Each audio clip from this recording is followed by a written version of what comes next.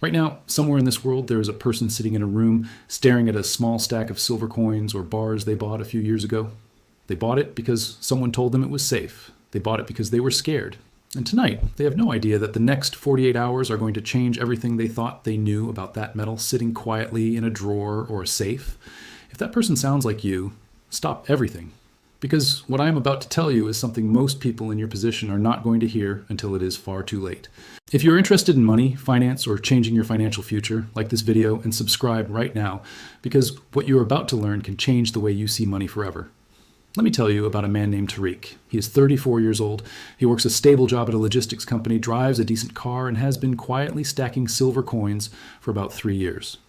Not because he is rich, not because he had some financial genius advisor whispering in his ear, but because after watching the world fall apart during the pandemic, after watching his savings account earn basically nothing, after watching prices at the grocery store climb like they had somewhere important to be, Tariq decided that he needed something real, something physical, something that could not just disappear from a screen with a bank notification. So he bought silver, and for a while it sat there, doing its job, making him feel like he had made a smart decision. But here is what Tariq does not know. And here is what most silver holders like him do not know either. There is a window opening right now in the silver market. A very specific, very rare convergence of events, and that window is not going to stay open for long. What happens on the other side of this window will look completely different depending on whether you understand what is happening or not. And most people will not understand it. Most people will find out after the fact, scroll through their news feed, see the headline, and say to themselves, "I knew I should have done something. I want you to be the other kind of person." Now, before I show you what this convergence actually looks like, I need to back up for just a second and explain something that most silver content never explains properly. And I promise, this part is going to make everything else I say land twice as hard. Most people think silver is just a cheaper version of gold. They think it is what you buy when you cannot afford gold. And that misunderstanding, that simple misunderstanding, has caused millions of people to completely misread what silver does and when it moves. Here's the truth. Silver is not just a store value like gold. Silver is an industrial metal.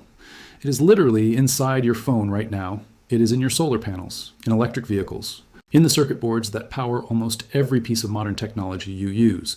Silver has two personalities living inside one metal, and right now, both of those personalities are waking up at the same time for very different reasons. That has not happened in the way we are seeing it happen right now in a very long time. And I am going to explain exactly what that means for you in just a moment. But first, I need to show you the setup. Here is what nobody wants to admit. The global silver market has been quietly operating in a supply deficit for years. That means the world has been using more silver than it is actually mining. Think about that like this. Imagine your town has one bakery. Every single morning, that bakery makes exactly 100 loaves of bread. But now imagine that 120 families need bread every day. For a while, the bakery burns through its stockpiles. The shelves still look full. But those stockpiles are shrinking every single day. And then one morning, the shelves are not full anymore. That is exactly the dynamic that has been building in silver for years. And the people who understand this have been positioning quietly, patiently, while most retail silver holders have been sitting at home wondering why the price is not doing more. But here's where it gets urgent. Here is why June 16th matters so specifically. And I want you to stay with me for this part, because this is the part that most silver content either completely misses or deliberately glosses over. There are two massive forces converging right now at the same time. The first is the continuation of the industrial demand explosion, particularly from the green energy transition. The push towards solar energy worldwide has been staggering in scale. Every single solar panel requires silver, not a little, a meaningful, significant amount. And the projections for how many solar panels the world is going to install over the next 5 years are numbers that, when you convert them into silver demand, are genuinely difficult to comprehend. This is not speculation. This is math based on announced government projects, signed manufacturing contracts, and real infrastructure commitments from countries around the world. The industrial side of the silver equation has never looked like this before. The second force is the monetary side. And this is where most silver holders think they already know the story. They think it is simple. When the dollar weakens, silver goes up. When inflation rises, silver rises. And while that is broadly true, what is happening right now is a layer deeper than most people appreciate. What I am about to explain in the next few minutes is the part that I genuinely think most people will look back on in a year and say was the thing they either understood or missed. Most people who hear this information feel calm at first. Then they actually sit down with it. And that is when the feeling shifts. Let me introduce you to someone else. Her name is Priya. She is 29 years old. She grew up watching her parents work 2 jobs each, save carefully, keep money in a savings account because that is what responsible people did, and retire with just about enough to be okay but never truly free. Priya went a different route. She graduated, got a good job in marketing, earns more per month than both her parents combined ever did. And yet she feels more financially insecure than they ever seemed to feel. She cannot figure out why. She has the income, she has the numbers, but the feeling of security just never arrives. So when her brother told her to buy silver 3 years ago, she did. Not a huge amount, just a meaningful amount, just enough to feel like she had done something smart. Priya has not checked that silver in months. She does not know what I'm about to tell you. And if you are sitting on silver right now without a clear plan, without a clear understanding of what the next 6 months could look like, you are in a very similar position to Priya. Stop. Read that again. You have physical silver, or you have been thinking about silver, and you probably bought it, or have been thinking about it, because something in your gut told you that the financial system has cracks in it that most people are pretending not to see. That gut feeling was not wrong, but gut feelings without a strategy are just anxiety. And what you need right now is not more anxiety. What you need is a framework for thinking about what you actually do next. Because the decision you make in the next few days is not like most financial decisions. Most financial decisions are reversible. This window is not. Here is what I mean by that. When a market move is driven purely by speculation, the timing is fuzzy. You have more room for error. But when a market move is driven by a genuine structural shift, a shift in supply, a shift in demand, a shift in how global institutions are thinking about an asset, the timing gets tight. The move happens, and then it happens fast. And the people who are sitting on the sidelines trying to figure out what they missed are watching from the wrong side of the rope. There is one thing almost nobody talks about in this situation, and it might be the most important part of this entire video. Central banks. The ones you hear about, the Federal Reserve, the European Central Bank, the People's Bank of China. These are institutions that people spend a lot of time watching in relation to gold. But what has been quietly happening in the background is that countries outside the traditional Western financial system have been systematically rethinking their reserve strategies. And silver, for reasons that have everything to do with its industrial applications and its historical role as money, has been entering conversations at levels that it has not been part of in decades. I'm not saying silver is about to become the new reserve currency. I am saying that the people who manage trillions of dollars of national wealth are no longer dismissing silver the way they were 5 years ago. And when institutions that large start paying attention to something, retail investors who are already holding that thing are sitting in a very interesting position. Now here is where I need to slow down and be very honest with you, because I do not believe in telling people what they want to hear. I believe in telling people what they need to hear. And what you need to hear is this. Silver is not a simple bet. It never has been. The volatility in silver can be stomach churning. There have been periods where silver dropped 30, 40, even 50% before recovering. People who bought in 2011 when silver was near its all-time high spent years underwater. I am not going to pretend that away. Anyone who tells you silver is a guaranteed win in a specific time frame is either lying to you or lying to themselves. But here is what is also true. The setup that exists right now, the combination of supply deficit, industrial demand from the green energy transition, shifting institutional attitudes, and the macro environment around interest rates and currency dynamics, this specific setup is genuinely different from what has existed in recent memory. Not because of hype, not because of Reddit threads, but because the underlying fundamentals, when you actually sit down and read them, point in a direction that is hard to argue with. Everything I just told you leads to one single moment. And this is it. What do you actually do? Let me walk you through 3 types of people who currently hold silver, and I want you to honestly figure out which one you are. The first is someone like Tariq. He bought silver because he was scared and did not have a framework. He just knew he wanted something real. If that is you, the most important thing you can do right now is not to buy more or sell what you have. It is to understand what you own and why you own it. Silver held without a thesis is just anxiety in metal form.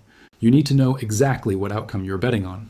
Are you holding it because you believe the dollar is going to weaken significantly? Are you holding it because you believe industrial demand is going to drive the price structurally higher? Are you holding it as pure insurance against a financial crisis? These are different theses with different timelines and different exit strategies. If you cannot answer that question clearly, you are not an investor. You are a holder of anxiety. The second type of person is someone who bought silver strategically and has a basic thesis but has not revisited it in a while.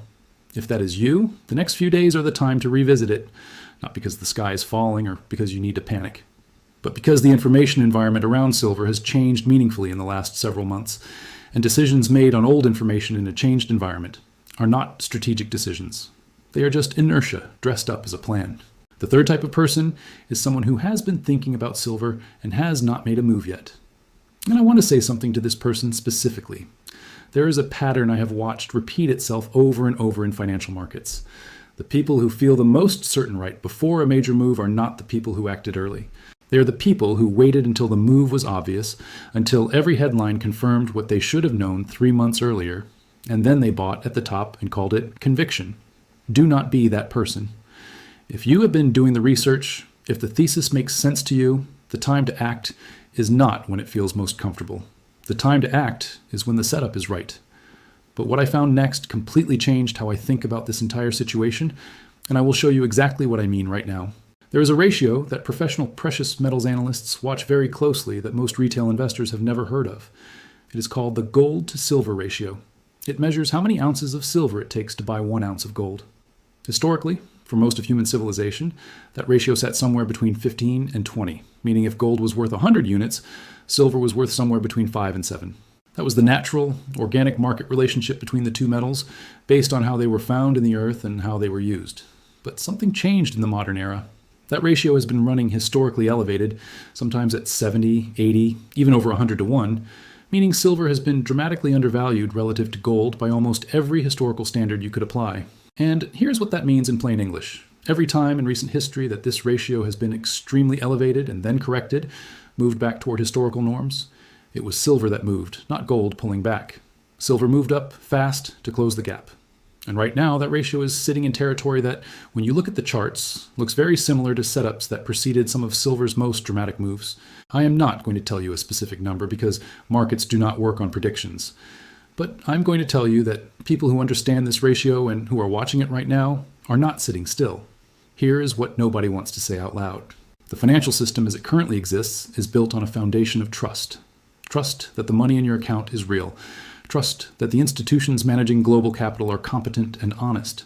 Trust that the rules of the game will remain the same tomorrow as they are today. And for most of recent history, that trust has been roughly warranted. But cracks have appeared. Not dramatic, movie-style collapses, quiet cracks, the kind that only become visible when you are already past them and looking back. The role of hard assets, gold, silver, real things that cannot be printed, cannot be inflated away, cannot vanish because a server farm went down, that role is not shrinking. It is growing, not loudly, not in ways that make the evening news every night, but in ways that matter. When Priya's parents were her age, the idea of buying silver felt strange, fringe, something only survivalists and conspiracy theorists did. Today, major financial institutions offer silver exposure in their funds. Central banks in developing nations hold it. Technology companies depend on it for manufacturing. The conversation has changed. And when the conversation around an asset class changes at the institutional level, while retail investors are still stuck thinking about it the old way, that is a gap. And gaps in markets do not stay open forever. This is the part most people skip. And it is exactly why they stay stuck. Let me bring this back to something real and personal, because I never want this to feel like a lecture. I want this to feel like a conversation between two people who both care about where they end up financially. I think about someone like my uncle. He is 52. He worked in manufacturing his whole life.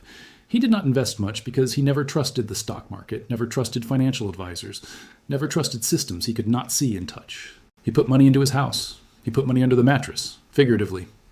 And he always said that when things fell apart, the people who had real things would be okay. The people who had numbers on screens would be surprised. He is not wrong. He's also not entirely right. Because real things held without a plan are just things. Strategy is what turns physical assets into financial protection. What I want for you, and I mean this with complete sincerity, is not for you to panic, not for you to rush out and do something dramatic. What I want is for you to stop drifting. Drifting is the most expensive financial decision most people ever make. Not the wrong investment, not the bad decision, the no decision. The I will figure this out next month that turns into next year that turns into never. Drifting through a moment like this one is the thing you will look back on. Here is what I want you to sit with. Really sit with. 5 years from now, there will be two kinds of silver holders. There will be people who understood this moment, made thoughtful decisions based on real information, had a clear thesis and a clear plan, and look back on this period as the moment that changed their trajectory. And there will be people who owned silver but never really understood what they owned, who drifted through this window without acting, who watched from the outside as the price moved and told themselves they knew it was coming. Both of those people are making their decision right now, not 5 years from now. Right now. You have held onto a metal that the world is beginning to understand in a new way. You have already done the hard part. You chose to protect yourself when most people around you were not thinking about this at all. The only question that remains is whether you're going to take that instinct and turn it into something strategic, something intentional, something that actually serves you, or whether you're going to let this window close and go back to hoping. The market does not care about hope. The market moves on information, on timing, and on action. You now have the information. The timing is the conversation we have just had. The action, that is yours, and only yours. If you learned something new today, make sure to subscribe to Money Insights and like this video. More powerful financial truths are coming next.